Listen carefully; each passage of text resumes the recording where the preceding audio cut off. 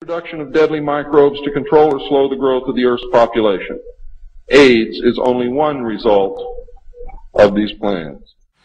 It was said that the virus originated from green monkeys in Africa and was later passed on to the local population through either acts of bestiality or through consuming them as food. From there on, AIDS spread like wildfire across the African continent and later on to the rest of the world, claiming millions of lives.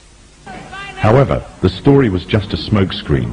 On June 2nd, 1988, the Los Angeles Times published an article refuting the idea that the human AIDS virus originated from green monkeys.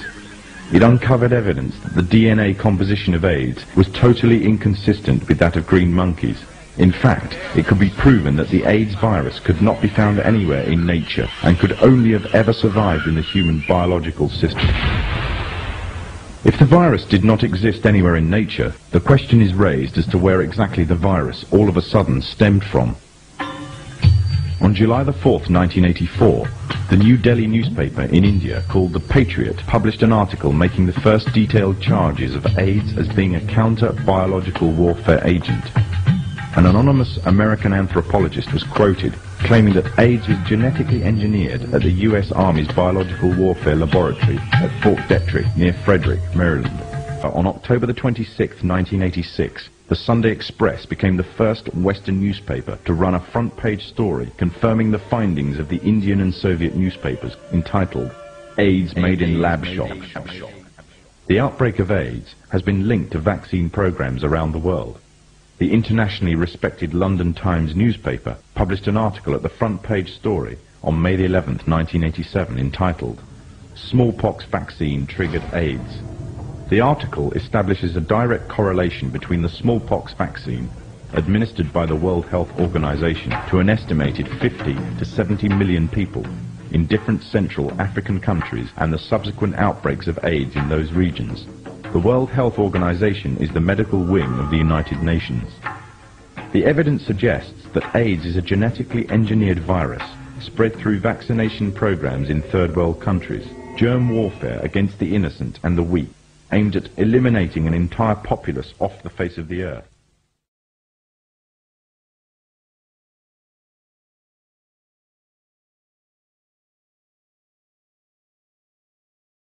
We are closely monitoring the emerging cases of swine flu in the United States.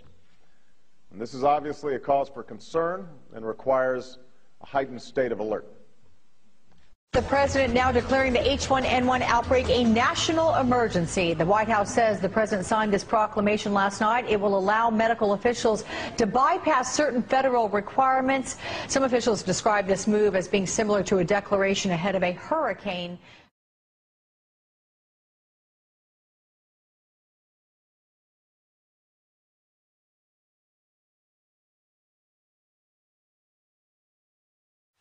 And since the goal that I have read of the elite, if I can use that word, is to diminish our population on planet Earth by at least 2/3, maybe even 5 billion. So that's very, very negative. Can you explore that more? I mean, we're facing this new disease which is coming out, the swine flu. Oh, that's just rubbish. I mean, that is really rubbish. You know, it's not the swine flu that's dangerous, it's the injections. And of course, behind the whole thing is to diminish world population, because it's very toxic, and to get milliards and milliards and milliards into the pockets of those who put them out. Rumsfeld is an owner also in one of the big drug companies. And since they want to diminish the population, so they start saying that children and pregnant women are the first ones. Eliminate the next generation. They are just having a scary program in the mass media. All mass media says, oh, it's going to be terrible. Now it's something, bang, bang, bang. It's a scary, scary, scary propaganda.